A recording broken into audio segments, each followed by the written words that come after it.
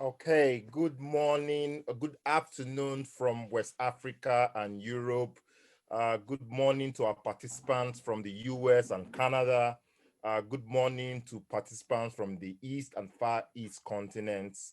I welcome all of us to this exciting meeting put together by the Trans-Saharan Disease Research Center of the Ibrahim Badamasi Babangida University, Lapai, Niger State, Nigeria. As infectious diseases in sub-Saharan Africa continues to be a fundamental impediment to both economic development and human health. The development of the continent, especially the sub-Saharan region, will continue to be severely retarded. The effects of diseases such as malaria and tuberculosis, which are already severe, will continue to be amplified by the large number of persons with suppressed immune system. I'm sure we are all even more worried with the emergence of the SARS-CoV-2 and many deaths worldwide now. The worries are even more as life expectancy already reduced to around 40 years in some countries with further decline. And such as great demands are placed on healthcare and social systems, the economic performance of countries will be compromised by the increasingly sick workforce. Is Africa at risk of future disease outbreak? Oh yes, of course. A number of new clinical syndromes due to new infectious agents have been identified in Africa in the last 30 years. For example, Marburg fever, acute hemorrhagic fever, Ebola virus, and even HIV, and of course, the current COVID-19 policy and decision making. I strongly believe that the certain Saharan Disease Research Center of the Ibrahim Babangida University, Lapai, is capable of achieving this. We will be hearing from the director of the research center, Professor Musa Achimugu-Disin, on how we can proliferate actionable solutions to trans-Saharan disease via innovative research and capacity building. Dear participants, take down notes, feel free to ask questions and discussions, and discuss the topic during the question and answer section. Once again, I welcome all of us to this meeting. My name is Dr. and I am the moderator for this meeting. Thank you so much and welcome all. Thank you. So we will go straight to the meeting. We will invite the Deputy Vice Chancellor of the Ibrahim Badamasi Babangida University, in the person of Professor Mohamed Lapai, who is the chairman, or actually the chairman of the center, to give us his opening speech. Professor Paiko will be speaking for between 5 to 10 minutes on the research vision of the Ibrahim Badamasi University, Lapai. Prof, sir, you have your floor, sir.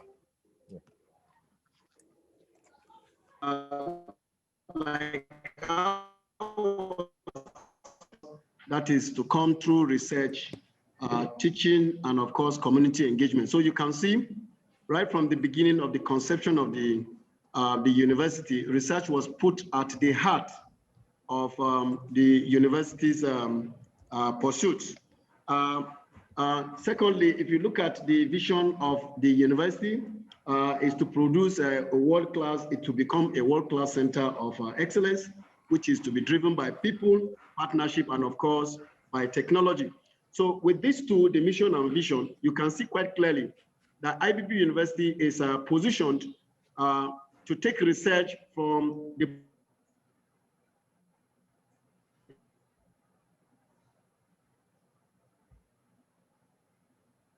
primary level. We're talking about cutting-edge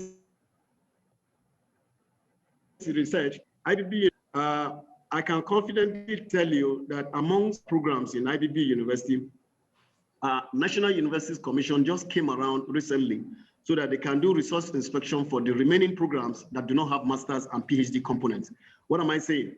In the last 5 to 6 years, We have been running postgraduate programs in about precisely 19 programs. 19 out of our 33 programs have been running master's and PhD courses. That is to show you how far we have already gone to showcase research output. And to also show you that IBP University is quite very serious about research. You know, we have won research grants, you know, locally here in the state government. We have won grants to do one or two things for the ministries of transport in the state, the Ministry of Health, our Ministry for Mining, our Ministry for Education, our Ministry of Higher Education, just to mention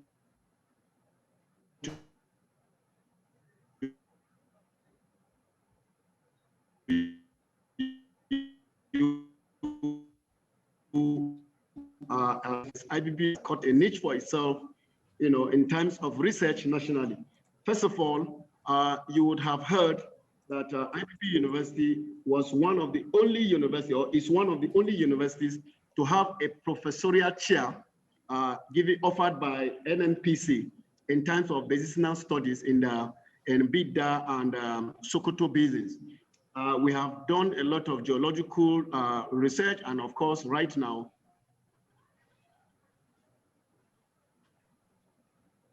those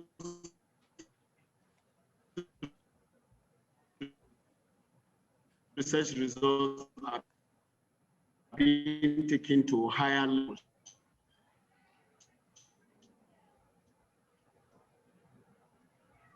You know, by the NNPC. Research for raw material research and development.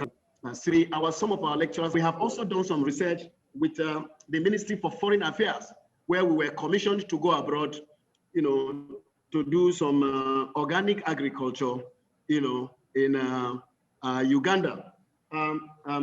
Nationally also, the Third Form National Research, NRF, you know, in the last 3 or 4 years, IBP University is among one of the very few state universities that has won at least 2 or 3, and I think up to 4 national research funds. Even this year, we are expecting that some of our researches will be nominated amongst those that were considered. We have also done some research for the National Universities Commission. We have done research, you know, in partnership and together with the National Communication Commission, just to mention for you a few. Internationally, like I mentioned, with the Federal Ministry for Foreign Affairs, we were commissioned to go to Uganda to do a research. We have also we are also currently doing a research from IDRC of Canada, you know, on teacher training, in collaboration with at least another 4 countries internationally. You know, we have also, IBP University is part and parcel and is a member of the Africa Center of Excellence at Federal University of Technology, MENA, the Africa Center of National Excellence for Food Security and Mycotoxin Research. It has a representative of IBP University in that international research center. We have also recently won another international research grant by the Royal Academy of Research of the UK. We are also partnering with some other people for Horizon 2020 research grant, just to mention for you a few. This feat will not have been possible if not for the fact that the management council and senate of Ibrahim Badamasi Babangida University, Lapai, is quite very passionate about research. And talking about research, we, you know, focus on the researches that touch on the lives of people, on the lives of our people here in Niger State, and of course, Nigeria being our domain, and of course, internationally. We do cutting-edge research, and in furtherance of this very big ambition is the reason why recently the management decided to float other research centers, and of course, that is how your Trans-Saharan disease research, you know, came into being. Trans-Saharan disease research center was conceived to take, you know, the vision and mission of IBB University to international levels, and where all researches that transcend the Sahara into West Africa, or our tropical climate here in Africa, are our main domain. To score that point, you will also notice that IBB University was about one of the very few universities in Nigeria that was able to float any form of research on COVID-19 or SARS-CoV-19 as it is popularly called, coronavirus. We have published that result and we have received a lot of accolades here nationally and of course internationally. So Trans-Saharan Disease Research Center is coming at a time when the world needs to come to carry out research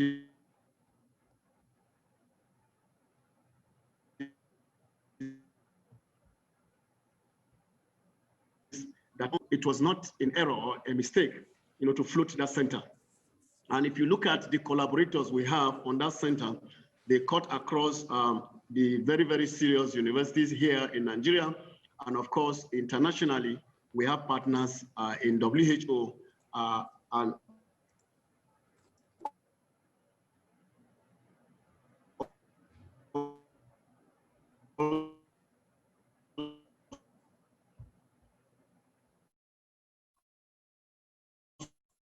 also elsewhere. University with a difference. We are trying to do what our other partner universities are not doing. We are trying to focus on our people. The lives of our people matter, and therefore we shall be carrying out research, and the research touches on the lives of our people. And by so doing, we shall take IBB University where it is currently, the very, very enviable position it is currently, competing with its peers, of course, those that have been established, long before we were. And I can assure you that if you have researches that are, impactful, that will touch on our lives, IBB University is where you ought to be. So thank you, Mr. Moderator. I am quite very delighted to be in this meeting, and I hope that we're going to have a very, very positive deliberation on how to take TDRC to the next level, and of course, IBB University to the next level. Thank you very much for the attention. Thank you. Thank you so much, my DVC, for that beautiful presentation, which IBBUL is also part of. Even the TED Fund researches and the first of its kind professorial chair of the NMPC, as well as the Horizon 2020 research. And this is not has come to pass, if the university, because the university management has passion about research, and not just research that will make quality impacts to the states and Nigeria as a whole. I wouldn't want to say that the DVC also elaborated on the COVID-19 research, which the university carried out during the lockdown and has received quite a lot of accolades, both nationally and internationally. And I believe that establishing these Trans-Saharan Center, more accolades in research will be granted to the university. Thank you so much, DVC, for that presentation. Next on the presentation list is the director of the Center for Applied Sciences and Technology Research, CASTA, Professor Folunsho Lawal. Professor Folunsho Lawal is standing in for Professor Obaje, Professor N.G. Obaje, who is the coordinating director for researches in the university. Professor Lawal is going to be discussing the researches, ongoing researches in IBBUL, that is the university, and its links to the formation of the Trans-Saharan Disease Research Center. Prof, sir, you have the floor now, sir. Thank you very much.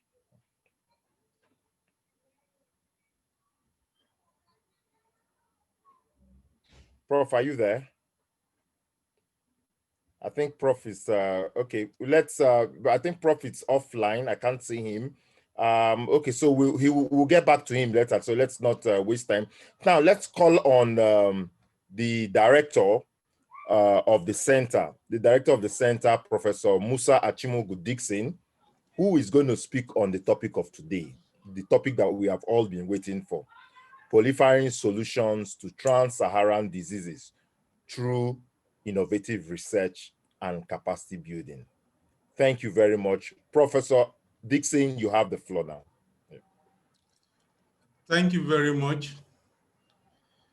Good afternoon, or good morning, or good evening, wherever you may be around the world. We are glad you have joined us for this meeting.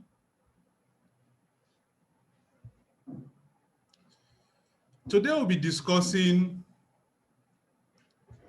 profiling solutions to Trans-Saharan diseases through innovative research and capacity building.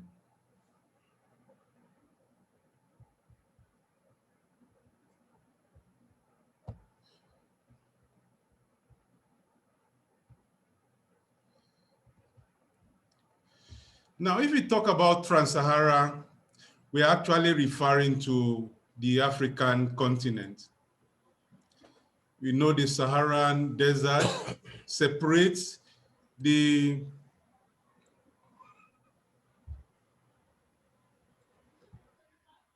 North African from the other parts of the continent. But anything that joins the sub-Saharan region to North Africa is said to be Trans-Saharan. And we're using Trans-Saharan as another name for Africa.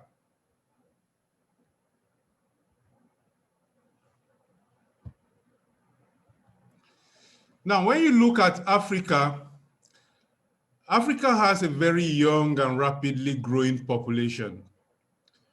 We have the second most populated continent, and we account for about 17% of the world's total population. And our population has a rapidly changing demographics from rural dwellers to urban dwellers, and this is affecting a lot of things.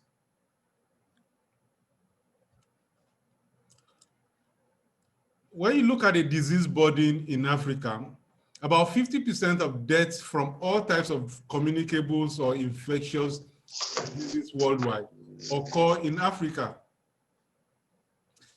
Infectious disease still account for about 70% of all deaths. More than 90% of all malaria cases worldwide occur in Africa every year. The age-specific mortality rate from chronic diseases actually is higher in Africa than in virtually all other regions of the world. We talk of chronic diseases, diseases that may not have immediate cure, and you need to treat and manage for periods of greater than 3 months and above. And most of them are non-communicable diseases. We see that this is also growing rapidly in Africa. So Africa has a twin burden of infectious diseases and non-communicable diseases.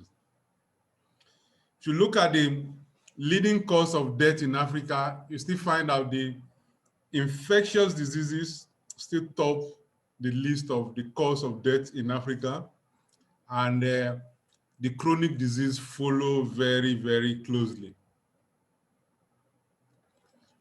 Again, you look at the fact that there are cases of reemerging infectious diseases in Africa, especially in the 21st century. Emerging infectious diseases are mainly those that have recently appeared in a population or have already existed, but are rapidly increasing in incidence or geographic range. Emerging infectious diseases are a high burden on our public health. It also has a very, very serious impact on our economies in Africa.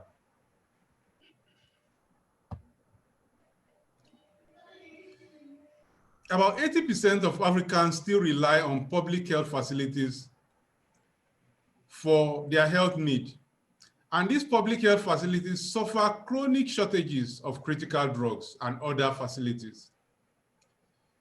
About 1.6 million Africans died in 2015 and yearly due to preventable or curable diseases.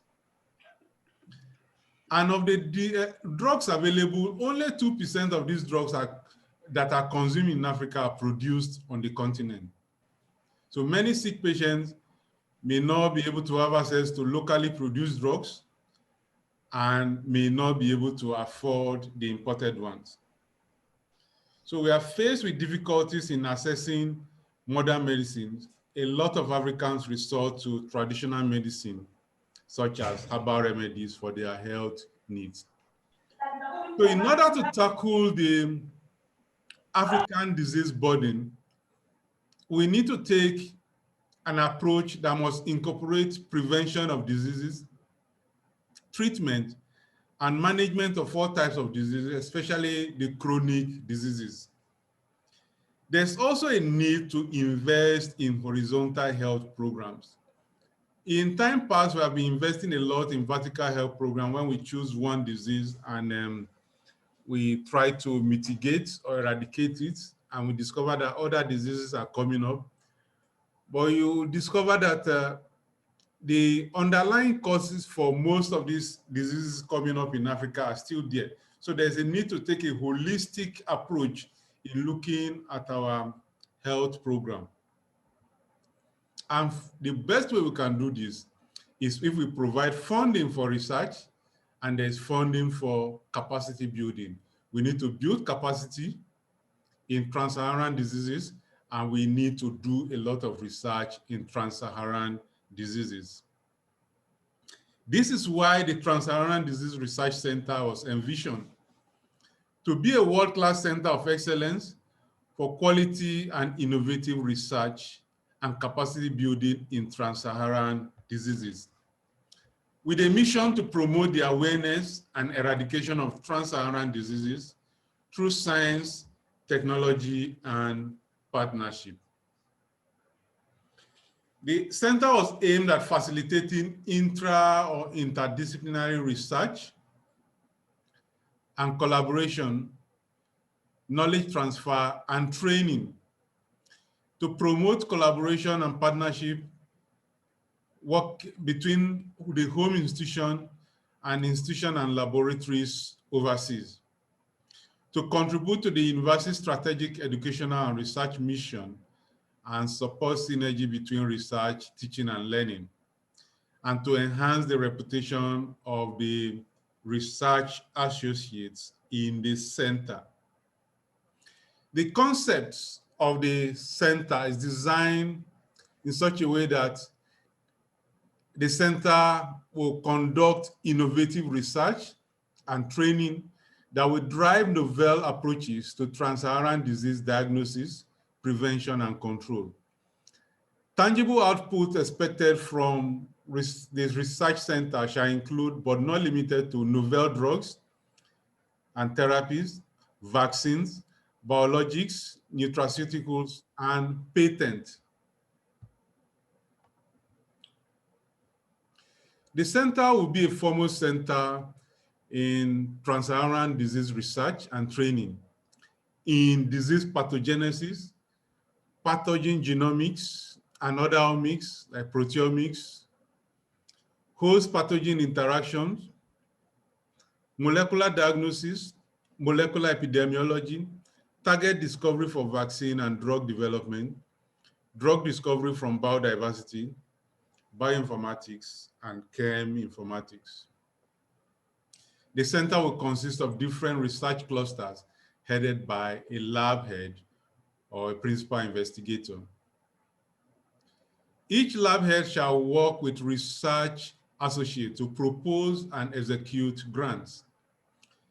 Research associates may be involved in one or more projects in a research cluster.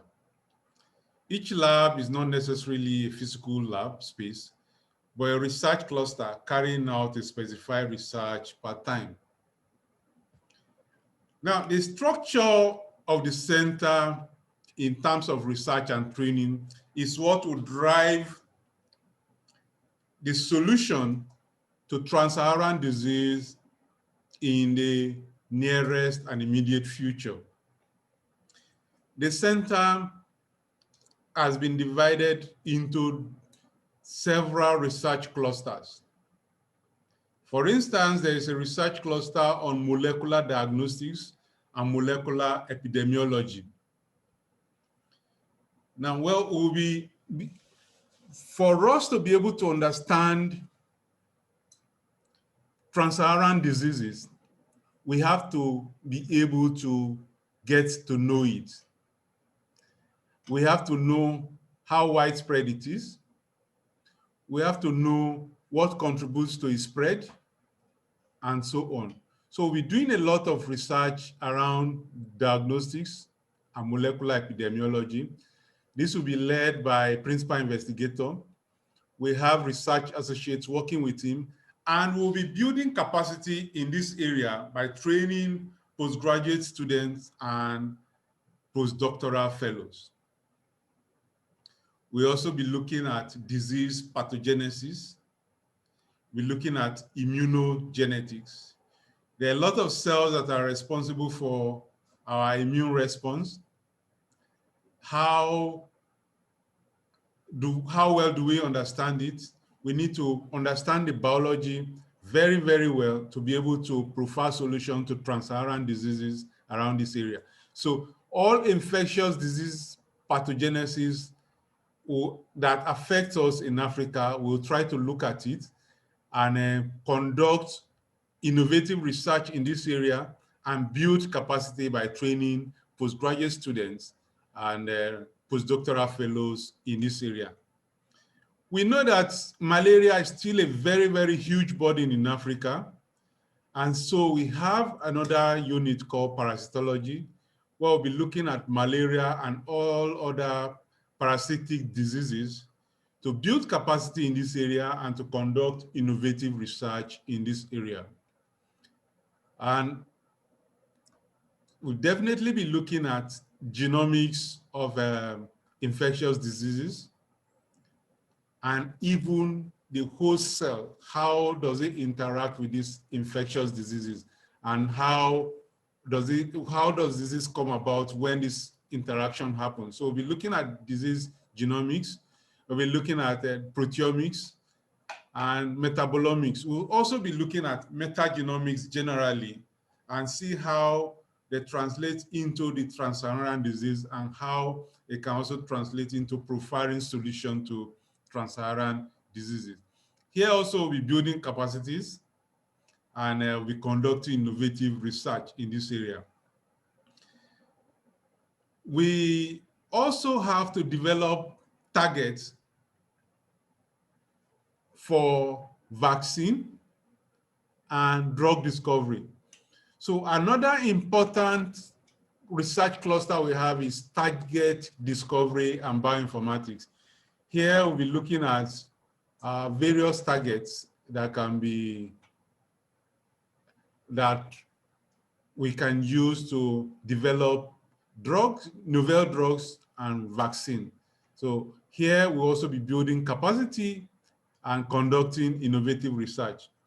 We also look at drug discovery from our biodiversity. We have a very, very rich biodiversity that has not been well explored.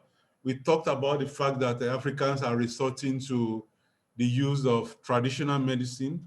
But one of the problems with this is that it is not well regulated and it's not codified. So we're doing a lot of research in this area and building capacity so that we can have well researched and codified novel drugs coming from Africa. I'll be looking at vaccine development for prevention of disease.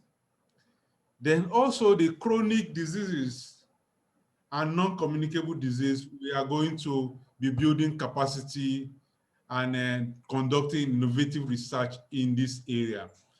Diabetes and cancer is increasingly becoming a problem in Africa, and so we'll be concentrating a lot of efforts and fund into carrying out research in this area and also building capacity.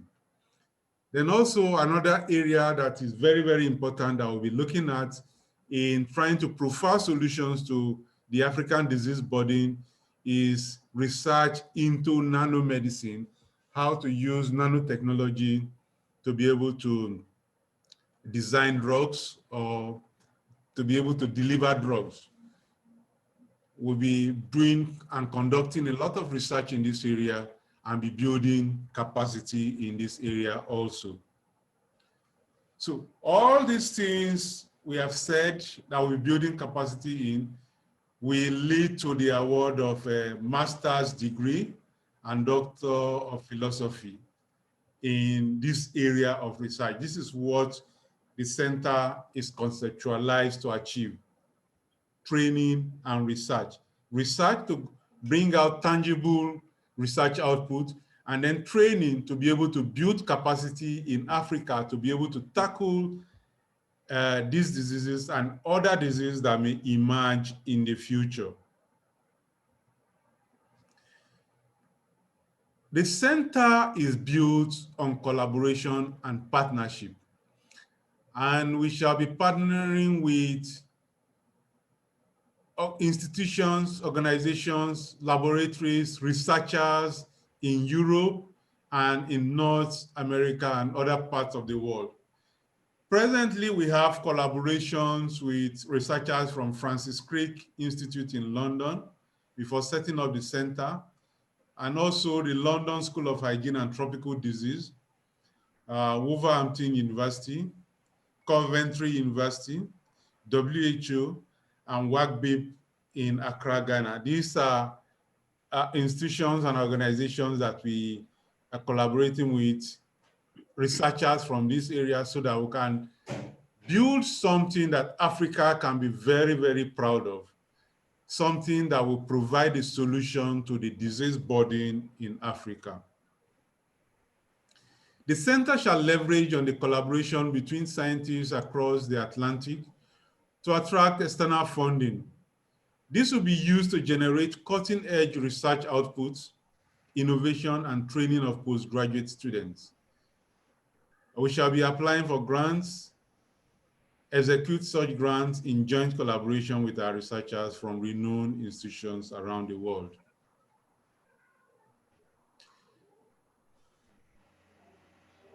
We shall also be collaborating with government agencies and hospital management boards for clinical research and public health awareness.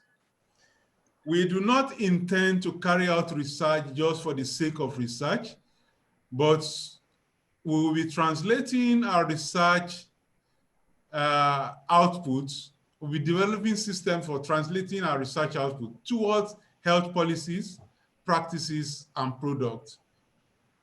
The center shall therefore regularly publish its research outputs and make them available to the general public through seminar, capacity building workshops, colloquium, and publications in the print and electronic media. The major source of funding for the center shall be by international grants, and the center will be well positioned to attract and execute and retain grants from international granting agencies.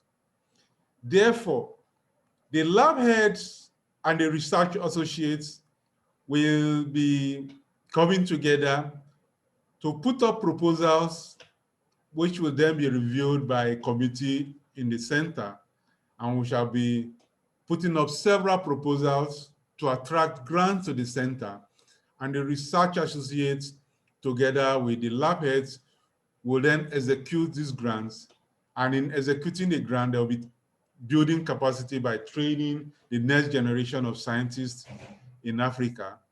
And at the end of the day, we'll be able to produce tangible outputs that can help solve the problem of the disease burden in Africa. The building that houses the center is located in Lapai, Niger State, Nigeria. And some of the things we'll be putting on our website, which is under construction, and which will drive the policy and ethics of the university, of the research center, is good research practice and guideline. We shall have a policy for that, research misconduct policy, policy on the use of personal information in research, bullying and harassment policy, clinical trial policy, policy on research involving human participants, policy on intellectual property rights, policy on consent and revenue equity sharing, policy on conflict of interest, data software and materials management and sharing policy, use of animal in research policy, researcher career development policy. These are what will drive the ethics of the kind of research we'll be carrying out at the center, and this will be made available to the general public on our website. Thank you for listening. This is how we think we can provide solution to the Trans-Saharan diseases or the African disease burden. The way we can do it is to build capacity and to fund research. And Trans-Saharan Disease Research Center has been established to carry out this purpose. Thank you for listening.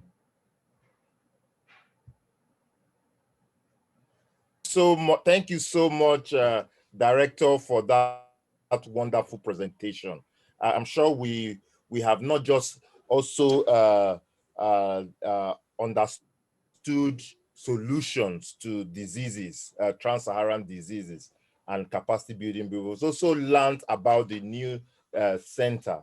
To give a summary of what the director has said, he made us to understand that Africa is the second most populated country in the world, about 70% of the world, and it's rapidly changing. It has about 50% of all deaths, of which 69% are from infectious diseases. About 300 to 500 million people die of malaria. It's very, very shocking, you know. Well, the center, which is the Trans-Saharan Disease Center, it's an innovative research center, will be involved in areas of science to include pathogen genomics and molecular epidemiology, as well as drug discovery. It will be headed by lab heads in research clusters. The structure is driven by research and capacity building, for example, parasitology, malaria, genomics of infectious diseases, development of target vaccines and drug discovery, especially using our enormous biodiversity which we have in Africa. There are efforts to build capacity and research in diabetes and cancer, and the use of nanotechnology to design and deliver drugs. It has established quite a number of quality good partnership, for example, with the Francis Crick in London and Wolverhampton. And it's going to have a lot of support, even from the university, IBBL University. Ladies and gentlemen, that's a little summary of the presentation. Now it's time for questions and discussions. And if you have a question or you have discussions, just kindly signify by raising your hand, and I will make you have the floor. Thank you.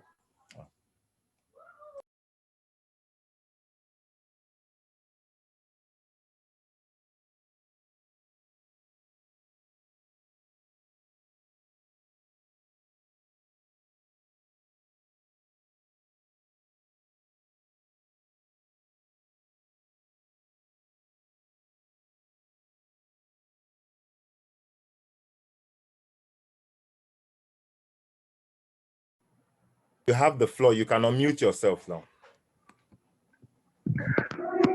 Hello, good afternoon, everyone. My name is Usasha Graham. I have a question regarding the presentation that was made by Professor Dixon Musa. My question is that during the presentation, Prof actually made reference to the different labs that we are actually available in the center. He talked about drug discovery and then non-communicable diseases.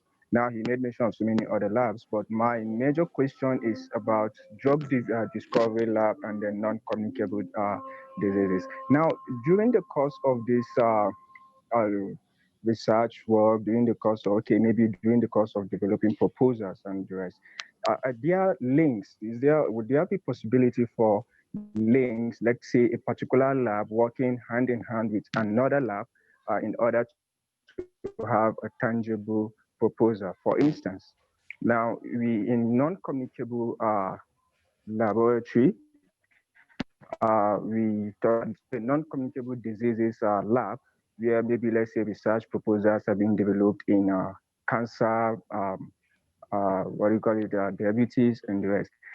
Now, this drug discovery, you can actually, will there be a kind of a link where one under a person working under the drug discovery lab is actually making proposal or designing proposal that has to do with non-communicable diseases, that's diabetes, cancer, or and then the rest. That's my question. Thank you. Very much for that question. I think what we're going to do, we will admit questions like 3, 4. Then, Prof, you can just take the 4 of them at the same time. I had Abdullahi Abdullahi from IBBUL. Abdullahi, please, you can unmute yourself. I've asked you to unmute yourself now. You can unmute yourself and ask your question. Then I think somebody's also putting on the chat that he has a question for okay, Halima, can you, instead of reading this thing, can you unmute yourself and say it? Halima Usman. Because it's quite long for, okay, or Hello. if you can, yes, please, you can ask the question, Halima Usman. No, this is Abdullah, I think. Okay, Abdullah, okay, please ask your question. Then after that, Halima, kindly ask your question. Abdullah, yes, you have the floor. Yeah, so mine is basically a goodwill message, and thanks greatly to Prof. Dixon and Professor Paiko for giving us a good start on the center. I will only say that I think it's good for a center like this to also look forward to developing a strategic plan, so much so that a plan, we could now derive annual plans going forward from that, say, 5 to 10 year plan. That way we're able to have something in mind every other year to work with. It's just as a way of suggestion. Yeah, Also, to, where possible, state clearly the vision and mission of the center and other ethos that will drive the center. Thank you. Okay. Thank you very much, Abdullah. I appreciate that. The prof will respond to that. Mr. Akim Sikiru, if you can hear me, please unmute yourself and ask your question, please. Akim Sikiru, please. I thought I was going to respond to this ones first. No, I said 4. Let's get 4. Yeah. Akim Sikiru, please. You have the floor. Unmute yourself. Akim Sikiru, are you there?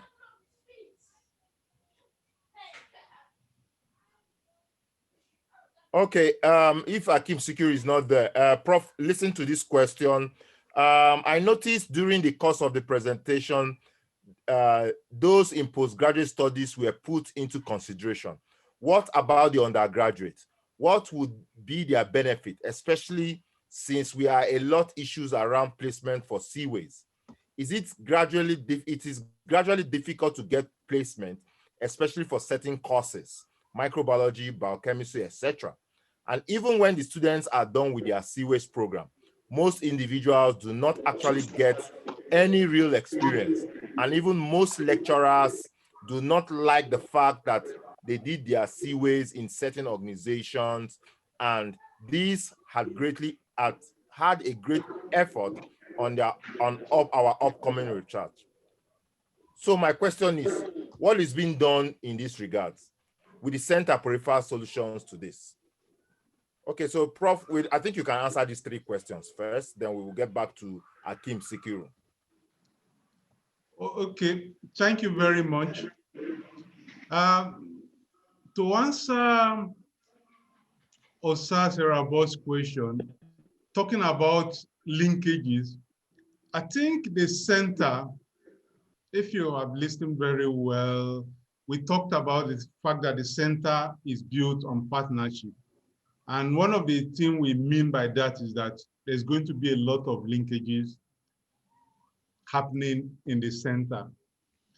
We know very well that having cutting edge equipment in one laboratory, all the cutting edge equipment that will be necessary to carry out research in one laboratory in Africa may be perfect at the moment.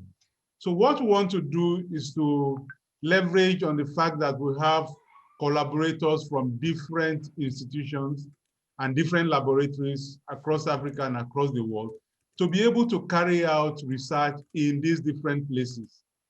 We will not be setting up a lab at the beginning where all the research will be done in one place.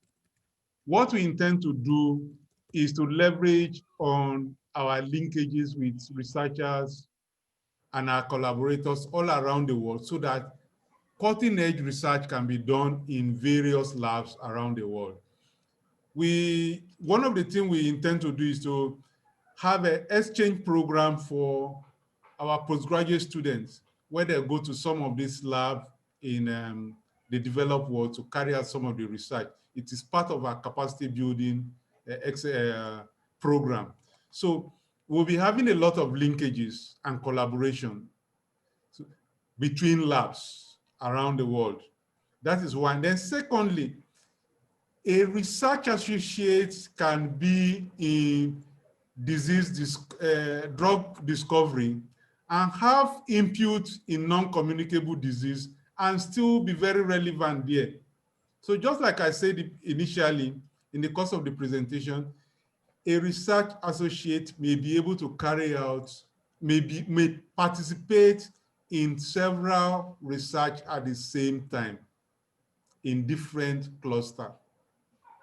So I think if I got his question right, I think those are the two things he's talking about: linkages between labs and research associates working in more than one lab.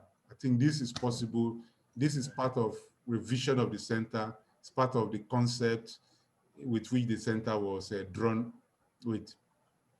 Yeah. And looking at the question of having a strategic plan, definitely for a center like this to be able to succeed, we need a strategic plan.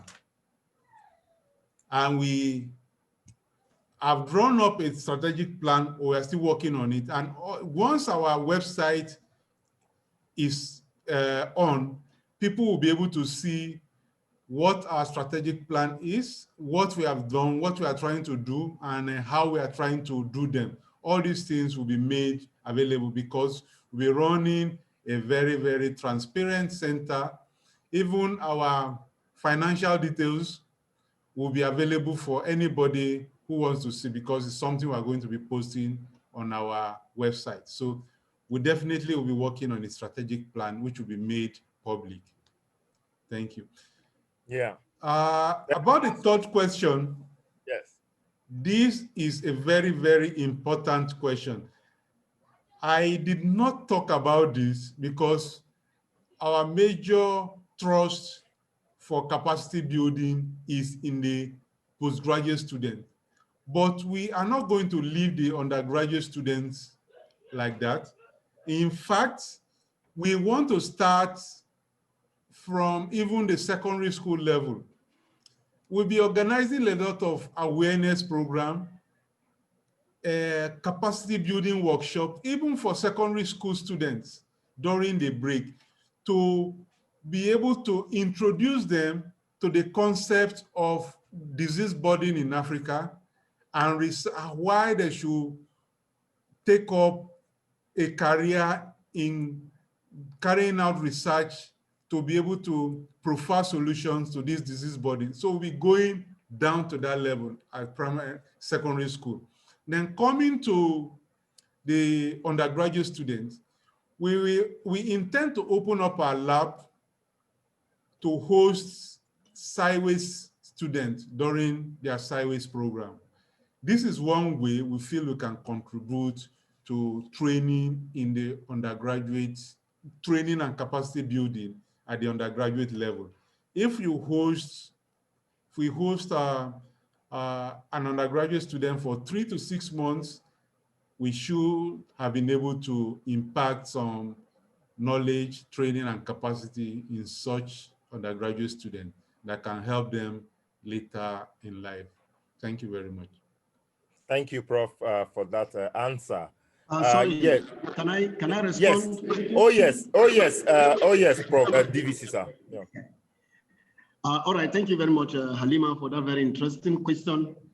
Of course, the director has given the mind of the directorate.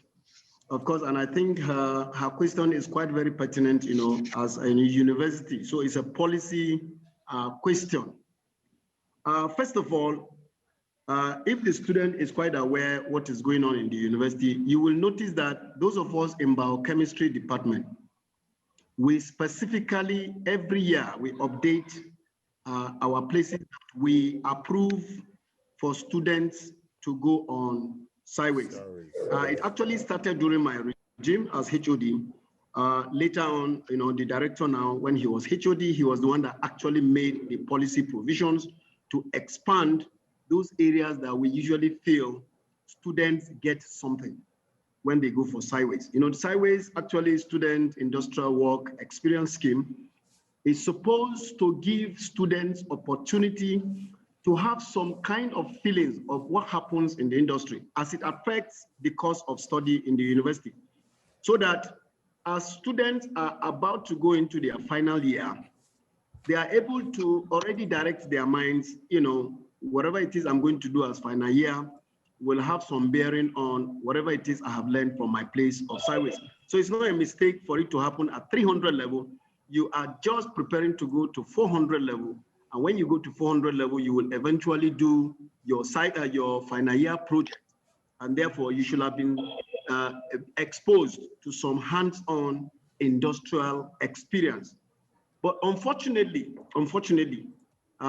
we find ourselves, first of all, in North Central region of Nigeria, where they are available, the few that are available, they have very, very limited resources to be able to take in the number of students we throw at them. When you are speaking as an IBB University student, you forget that students from ABU also choose their, students from Sokoto University also choose their. From our polytechnics, Bida Poly also, Kaduna State Polytechnic.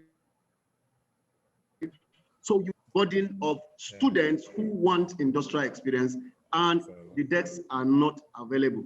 So what have we done?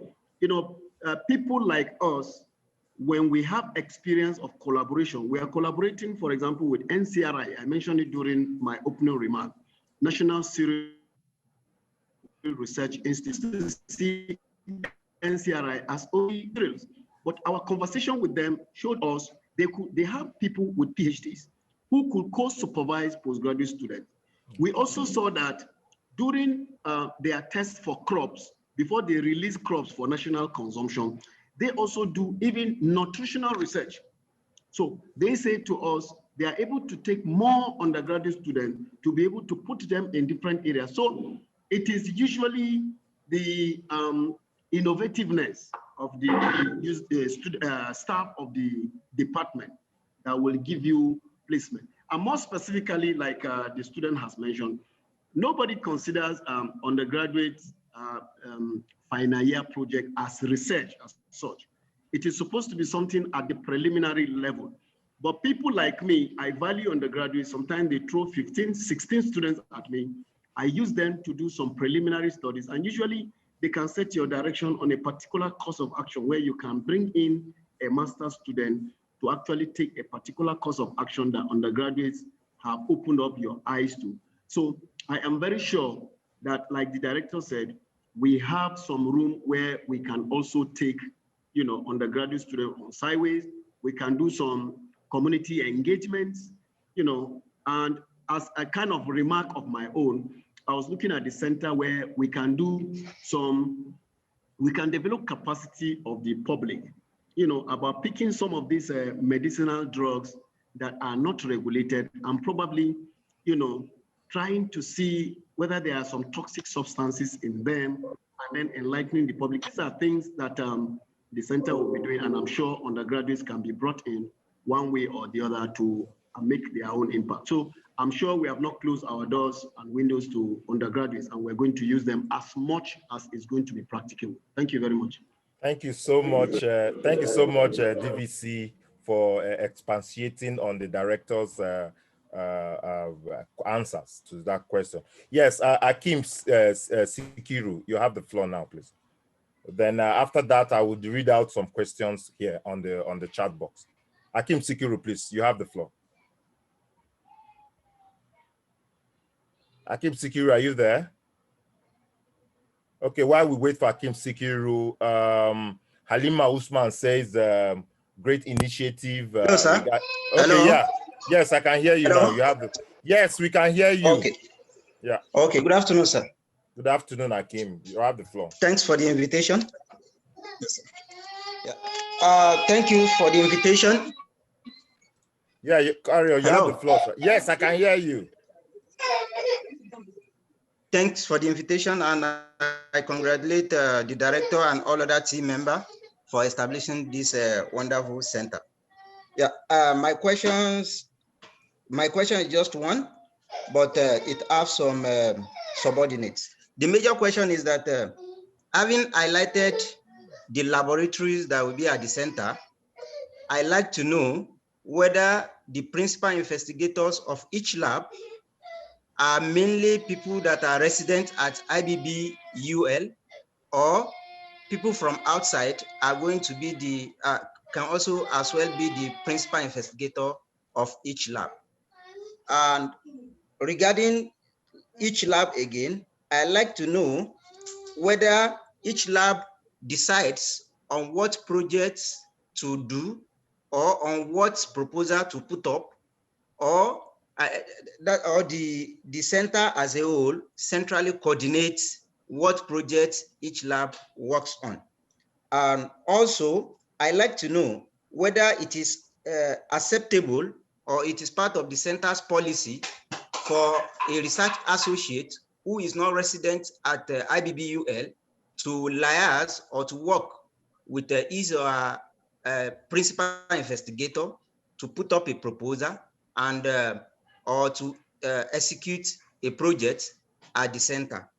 And finally, I also like to know whether the research associates or other partners that are outside IBBUL, it is part of the center policy to allow them to also participate in the capacity building and training program of the center. I mean, probably an associate is coming up with a program idea in his or her lab in conjunction with his PI or a PI for the center. Thank you. Thank you so much for that wonderful question. Is a handful.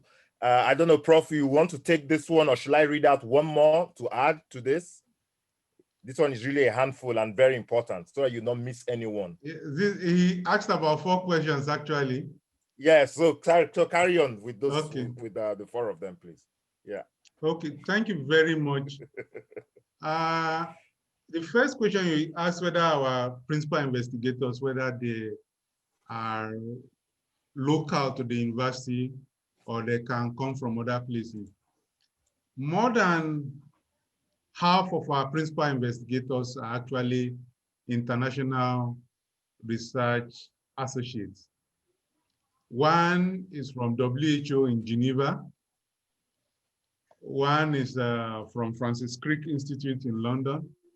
Another is from Wolverhampton University in UK. We have one from Coventry University in UK. We have one from Federal University of Technology, Mina. So we have principal investigators from different parts of the world. That is why this center is unique. It's unique in the sense that it provides a platform for the entire world to meet and carry out a specified research. I hope that answers your question.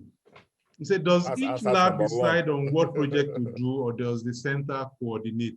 Of course, the center has a strategic plan. And it is based on this strategic plan that each lab will decide on what project to propose and execute in the lab. And it has to be in line with the strategic plan. And of course, since every lab head and research associates will know what our strategic plan is, it's not going to be a problem. But essentially, it is the lab heads and the associates that decide on what project to do. But it has to be in line with the strategic plan of the center. Is it acceptable for a research associate who is not resident in IBBUL to propose and execute a grant? Very, very acceptable. That is what makes the center unique.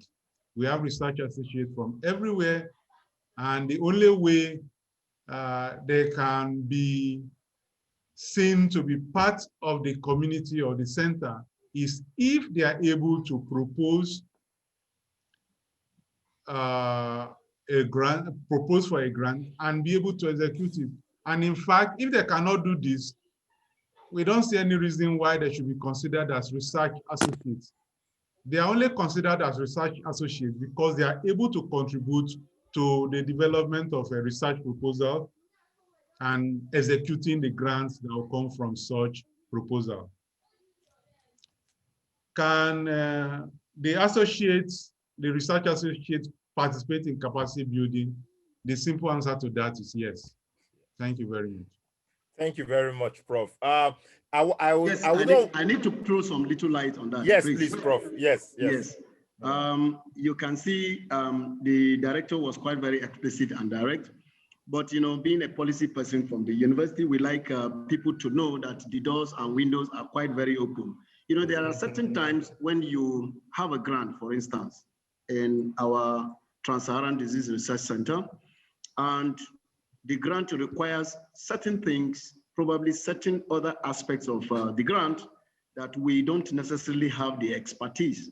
And we identify someone from any organization who has this kind of expertise that could fill in. We could invite such a person to be an associate. That is to say, this is demand-driven, an associate that is demand-driven. Yeah. Then there is, again, another associateship, which is supply-driven. You have your own area of research, and it overlaps, or it has something to do with what we are doing in the Trans-Saharan Disease Research Center. And probably you have won a grant, or you are in the process of writing a grant. And you see that some of the things you want to do, you don't necessarily have the expertise to cover it.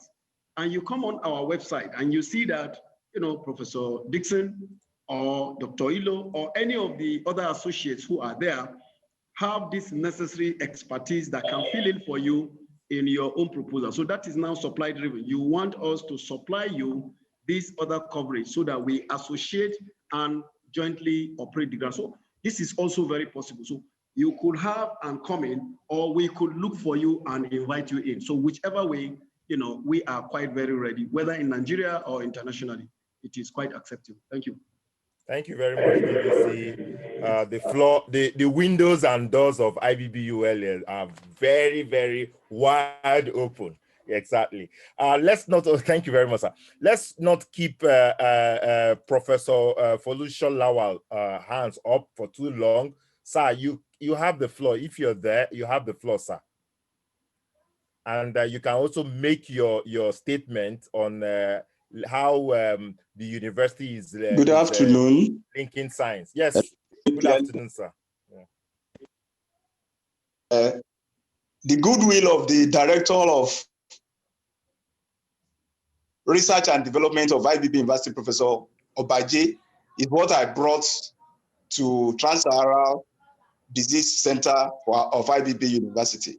Most of the researches that we are doing are properly highlighted by the DVC academics, who is the head. I've been able to represent the Research and Development Center properly. And one of the new set of centers that now push forward the researches in IBB.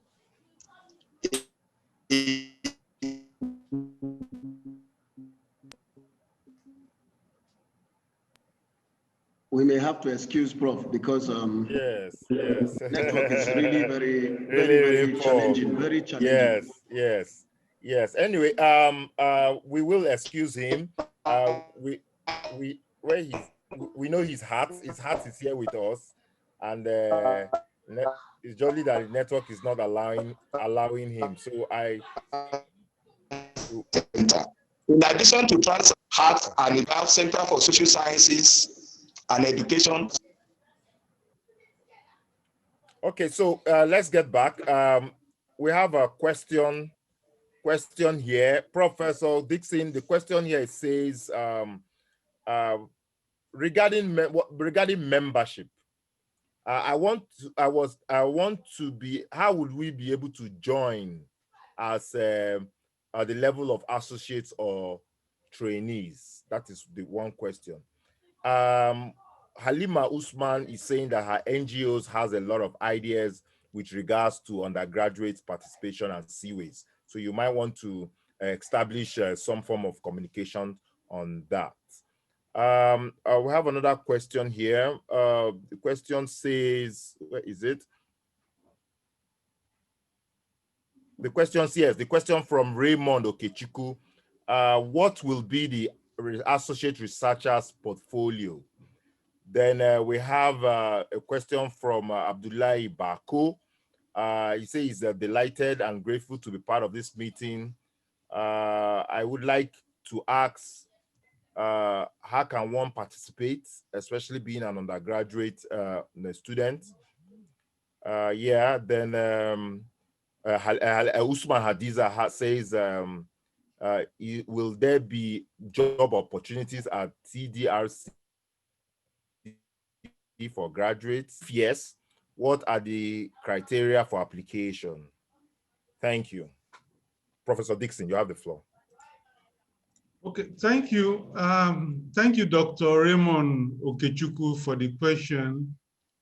What are the plans in place to engage researchers and institution organizations within the Sub-Saharan African region? Oh, yeah. As we speak, you are here because we invited you and you graciously accepted to be one of our research associates from your institution. Just like you, we have other people from as far as Kinshasa, Congo, Accra in Ghana, Abidjan in Cote d'Ivoire, who have also applied to be research associates in this center. And we have also responded to them. So there's plan to have everybody on board from Africa. This is an African center, and we want to have everybody from every part of Africa on this center. And we'll continue putting up invitations and awareness programs so that we can invite other people, other organizations, other institutions from in and around Africa to join us at this center so that collectively we can provide solutions to our disease burden in Africa. Thank you very much. Thank you very much, Prof. Let's see if we have more questions. No, we don't have questions. Is there anybody that has any questions? Yeah, sorry, Hadiza talked about employment at the center. Yes. Employment at the center. Yes. The center provides employment opportunity in the fact that you can become a research associate. Once you become a research associate and you participate in the proposal writing and execution of a grant, definitely you'll be paid from that grant. So that's a form of employment. And if you keep the grants coming in, you keep money coming into your pocket. And we should also remember that as PhD students working on certain projects, there's some form of stipends. Apart from having access to lab, access to reagents for free, they have stipends. So that's also a form of paid employment. Yeah, thank you very much, Prof, for those answers. Participants, ladies and gentlemen, you will all agree with me that the challenges of infectious diseases in Trans-Saharan Africa requires multidisciplinary and 1.5 hours or so. The Trans-Saharan Disease Center of the Ibrahim Babangida Badamasi Babangida University, Lapai, under the leadership of the able director, Professor Musa Achimugu Dixon, has been able to highlight actionable solutions to Trans-Saharan diseases via research and research, innovation, and capacity building. Ladies and gentlemen, it's been a worthwhile listening to all of us. It's been a worthwhile listening to my able Deputy Vice Chancellor. It's been worthwhile listening to participants. Akim Sikuru, I'll give you. Hello, sir, yes, please. I will give you one second to put your fire. Sir, I just sent you the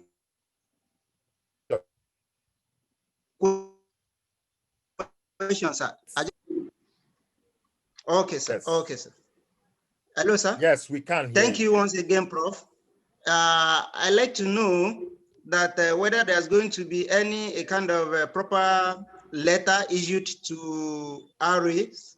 And again, I want to know who is the PI of pathogenesis and immunogenetics lab.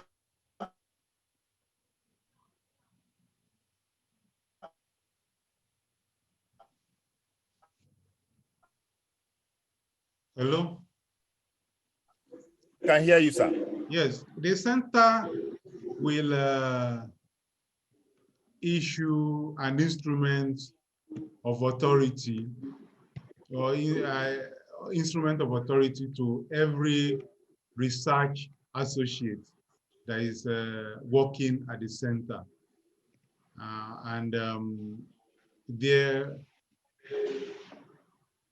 We are going to have some form of formal meetings with our research associates, then issue them letters, and then definitely there will be letters from the center to our research associates. Thank you very much. Kemi Oladipo, you're raising your hand. Okay, I give you 1 minute because we're rounding off now. Yes. Yeah, thank you very much. Yeah, my question is, okay, so we filled the Google form and all that and got respective email for this Zoom meeting. So is there another form of application for the research associate, or we just have to wait to hear from you based on the forms? No, you just have to wait for us. There's no other form you need to fill. All right, sir. We have provided all the necessary information we need. Okay. All right. Thank you very much. Yeah. Thank you, Kemi, for Professor Dixon, your final shot on this whole meeting. After that, I will also take the final shot of the Deputy Vice Chancellor. Okay, I want to thank everyone for participating in today's Zoom meeting.